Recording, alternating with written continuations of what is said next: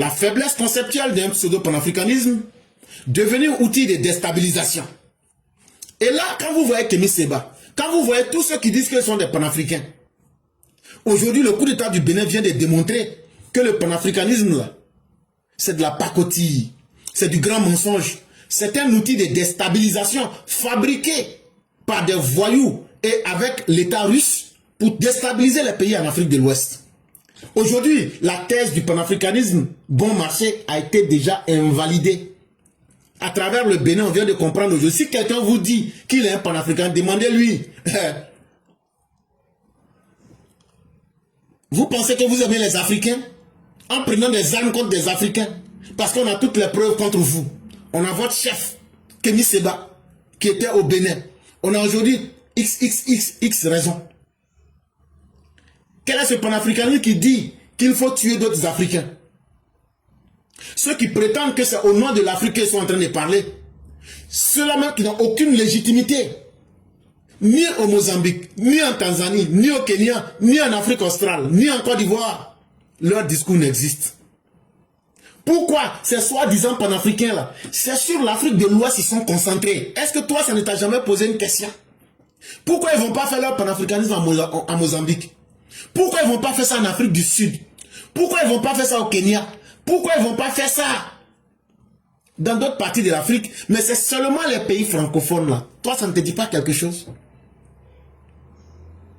Mais c'est dans cette même Afrique de l'Ouest là qu'on a les 3 pays les plus misérables du monde.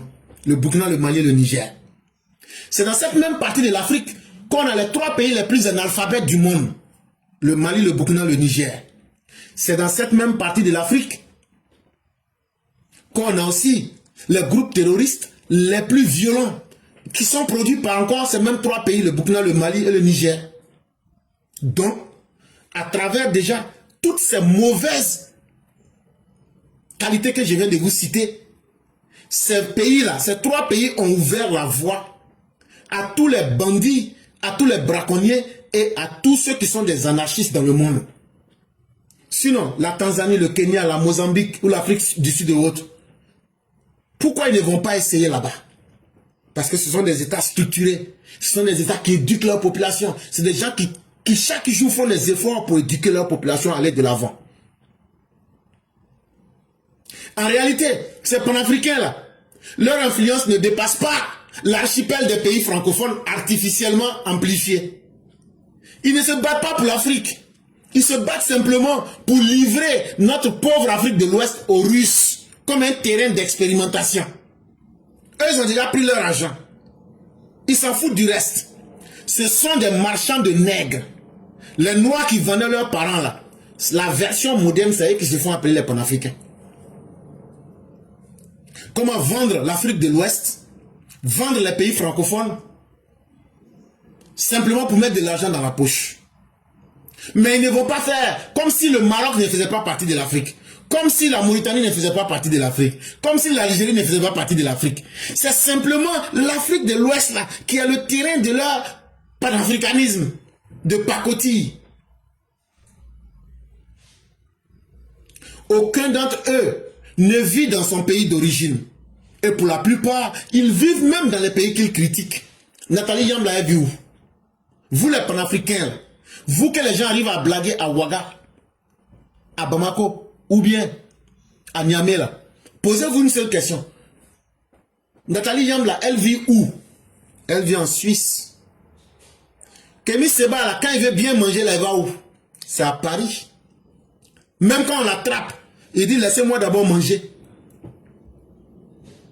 Mais toi tu es dans ton Afrique là. Aujourd'hui ils ont pris leur argent là. Ils ont livré ton pays le Burkina aux Russes. Ils ont livré le Mali aux Russes. Eux sont en train de vous égorger là-bas méthodiquement. Mais lui là son argent il vit bien. Et où ils ont investi l'argent qu'ils ont pris avec les Russes? C'est dans les pays qu'ils critiquent. La France, la Suisse et autres. C'est pourquoi tout dernièrement on vient de bloquer tous leurs comptes qui sont en France dans les pays de l'Union européenne.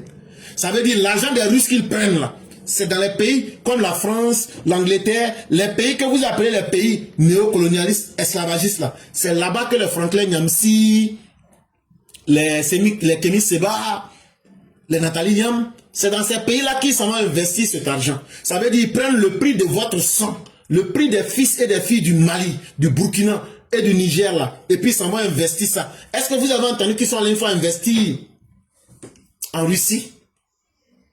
Est-ce que vous avez une fois entendu que la Russie a bloqué leur compte? Parce qu'ils n'en ont pas là-bas.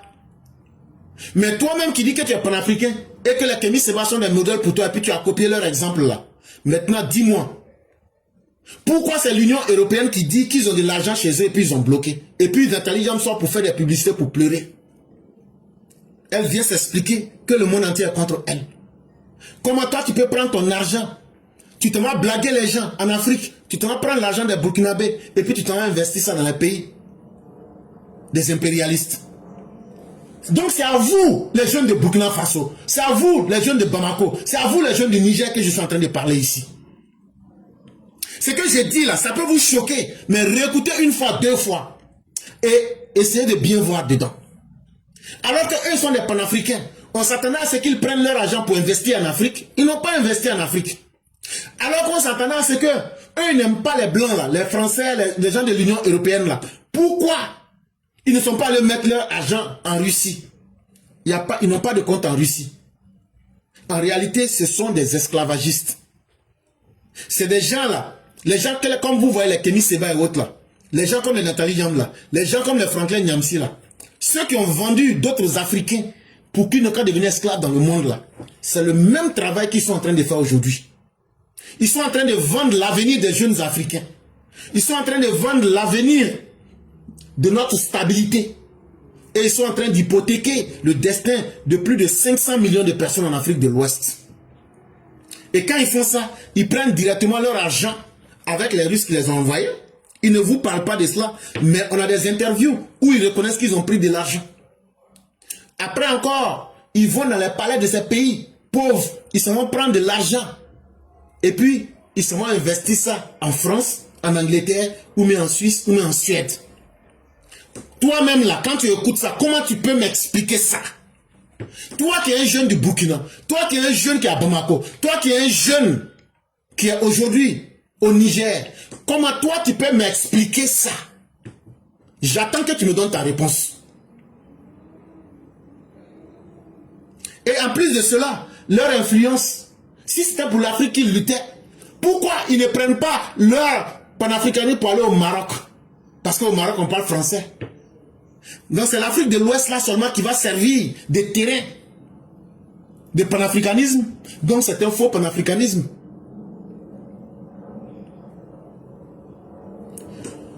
Aucun n'assume les risques de ce qu'il promeut. Leur silence sur des régimes ultra-autoritaires comme celui du Cameroun contraste avec leur virulence sélective contre les États démocratiques en progrès. En réalité, ces soi-disant panafricains sont des dangers. Je vous ai déjà dit tout ce qui concerne le Sénégal, mais ce n'est pas tout. En réalité, ils n'aiment pas voir les pays qui se développent. Quand Kémy Séba dit que lui il est fier de voir le Mali, qui est quitté en 2025 pour se retrouver au temps de Souniata Keïta, que c'est ce Mali-là que lui il aime voir. Mais on lui dit, est-ce que tu es prêt à vivre avec les Maliens dans ce Mali-là? Et il dit non, non, non, non, non, lui n'est pas prêt. Lui là, Paris est trop doux. Même si on le menotte comme Kunta Kute dans un restaurant à Paris, lui il aime Paris. Mais il vous encourage à continuer de vivre à l'époque de Souniata Keïta, à vivre dans l'époque de la pierre taillée. Et vous êtes content. Parce qu'en réalité, c'est des gens, les panafricanistes là, dans leur tête là, les Africains ne méritent pas la démocratie et les Africains ne méritent pas les progrès que la démocratie donne. Et c'est là qu'on comprend que ce sont eux les vrais dangers de l'Afrique. Parce que si vous êtes des panafricains, vous n'allez pas vous concentrer sur les pays de l'Afrique de l'Ouest.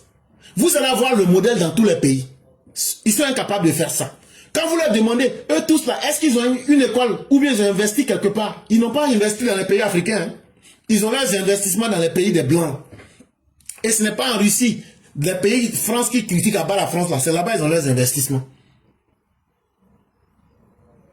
Mais c'est quel genre de panafricanisme ça? En fait là, quand ils voient que vous êtes développé et que vous commencez à mettre vos schémas de démocratie en place, ils sont envoyés par les forces. Et aujourd'hui, même au-delà des Russes, et même au-delà des Russes, les Blancs que les Nathalie Yam critiquent, vous ne voyez pas, ils vont en France, les Français, ils reviennent, on ne les attrape pas. On est en train de soupçonner même, est-ce que c'est pas l'Occident même qui est en train de saboter notre démocratie? Parce que nous autres, nous n'avons pas peur de réfléchir, hein? Et nous, on pousse la réflexion. On peut se tromper, comme on peut avoir raison, mais nous ne nous mettons pas de limites. Les mêmes pays qu'ils disent à bas la France, à bas tata là, il se peut que ce soit ces mêmes pays-là, quand ils voient des pays comme la Côte d'Ivoire, quand ils voient des pays comme le Bénin, pour saboter ces pays, pour saboter l'engagement démocratique, pour saboter le progrès, les mêmes pays comme la France, l'Angleterre et autres, peuvent susciter ces gens comme les Kémy Séba. Peuvent susciter des gens comme les Nathalie Yam. Peuvent susciter des gens comme les Franklin Nyamsi. Sinon, posez-vous une simple question. Comment Franklin Nyamsi, chaque fois il a arrêté les libérés? En France, pays de liberté, de l'égalité, de la fraternité, où on a vu Nicolas Sarkozy aller en prison. Quelqu'un va aller, il va être contre les intérêts français.